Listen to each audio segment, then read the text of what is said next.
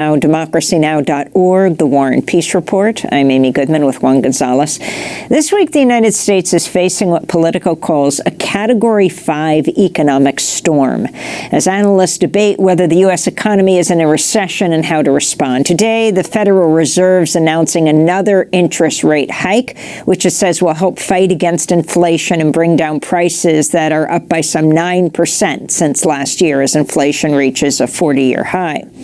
This week also marks 13 years since the U.S. last raised its federal minimum wage to $7.25 an hour in 2009, which is the longest time without a raise since the federal minimum wage was first implemented during the Great Depression. To make sense of what all this means for working people, we're joined by the Marxist economist Richard Wolff, emeritus professor of economics at University of Massachusetts Amherst, visiting professor at the New School, and the founder of Democracy at Work, host of Economic Update and author of several books, including The Sickness is the System, When Capitalism Fails to Save Us from Pandemics or Itself. Professor Wolff, welcome back to Democracy Now! Explain what's happening in this country, and also, if you can also define all your terms from inflation to recession so all people have access to this. Good. Thank you very much, Amy, for the opportunity. Let me try to be as brief as I can. Over the last 30 to 40 years, we have experienced here in the United States a radical redistribution of wealth and income.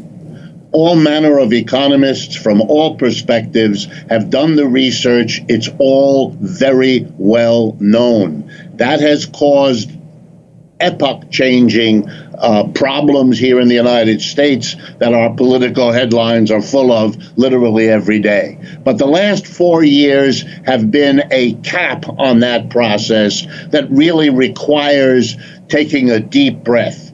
Number one, our society was unprepared for and did not well manage a pandemic that it could have been and should have been much better prepared for, as many other countries were who don't have our wealth or our medical system.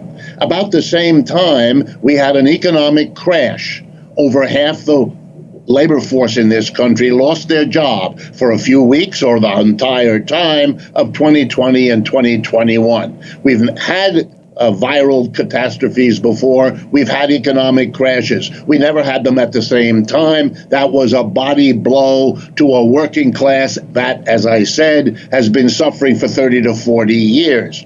As if that weren't enough, we then had, when we thought we might be out of the worst of the crash and the pandemic, now in the last year, as you just pointed out, we have whacked our working class with an inflation. And make no mistake, what an inflation is, very simple, is a general rise in prices. That's all it means. Not all prices go up the same, not all prices go up, but in general, prices rise. And obviously, as any child will understand, if the prices go up, that hurts most people in the middle and people at the bottom, because they're the ones with the least amount of money to pay the rising prices. It's a discrimination against the middle and the bottom, that is the vast majority.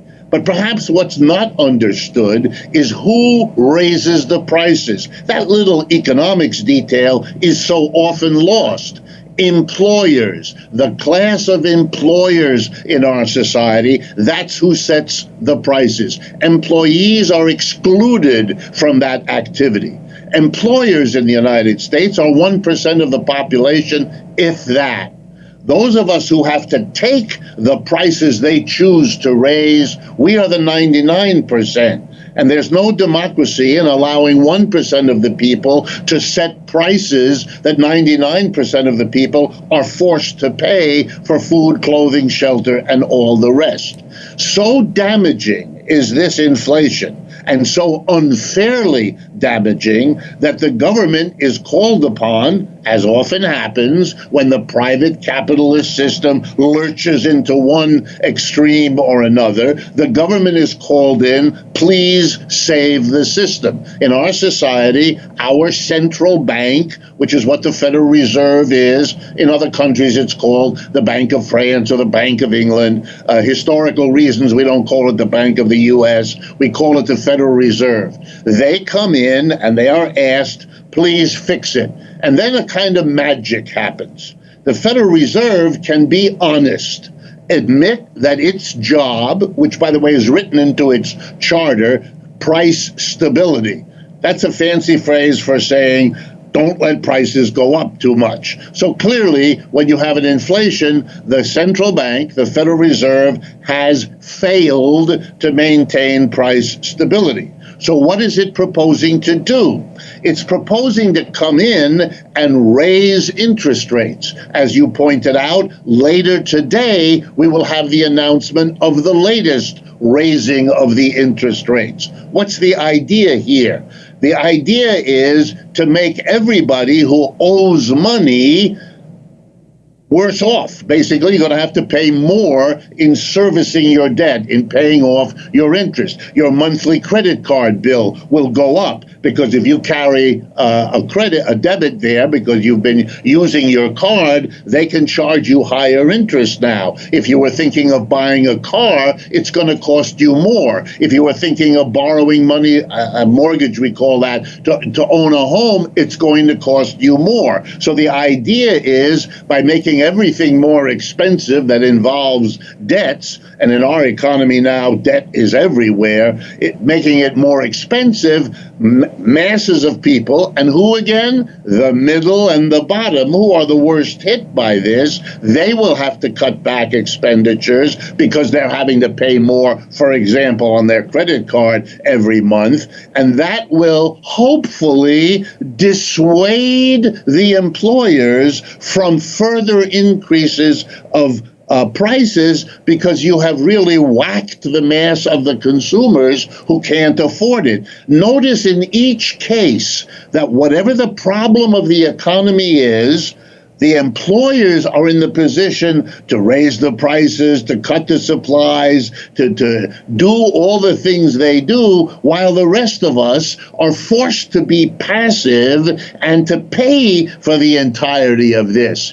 If I can make a final comment, this is not a sustainable arrangement, not in the sense of ecological unsustainability, but in social unsustainability. You cannot continuously assault the working class for 40 years of redistributed wealth, then a pandemic, then an economic crash, then an inflation, and now tell them, falsely, by the way, that the only way to deal with that is to whack them again with a rising interest rate. It's ironic that Richard Nixon, a conservative Republican president, back in August 15th of 1971, went on the television in our country and said, we have a terrible inflation, which we did, because it constantly comes back. And what I'm going to do, said Mr. Nixon, is declare a price wage freeze. As of tomorrow morning, any business that raises its prices, we will arrest you. Any union that demands or gets higher wages, ditto. Look, it was an extreme measure. Guess what? It worked. We can have a debate about it, but the ironic reality that today we are all talking from the Biden administration and the Republicans as well, as if interest rate increases is the only thing to do. This is a manipulation of the people that has no justification and is more extreme now than I have seen in my lifetime as a professor of economics here in the United States. But Richard, I'd like to ask you, during the pandemic, in the worst times of the pandemic, the government unleashed an enormous amount of, or borrowed an enormous amount of money to tide the society over. Both obviously, the capitalists and the employers got a huge share of the bailout money, but so did many Americans, and to the point that the United States now, as I as I understand it, its debt. It's one of the biggest debtor nations in the world, 137% of GDP in terms of U.S. debt, yet the U.S. dollar continues to be stronger than other currencies in the world economy. Can you explain how that's happening? Sure. The basic answer is the following. The rest of the world, as your previous interviewee made very clear, the rest of the world is in such terrible shape that before we celebrate the strong dollar, we have to face the reality that the reason loose money, mobile money around the world is leaving countries in Asia, Africa, Latin America, and Europe to come to the United States is not because we are in good shape. We aren't.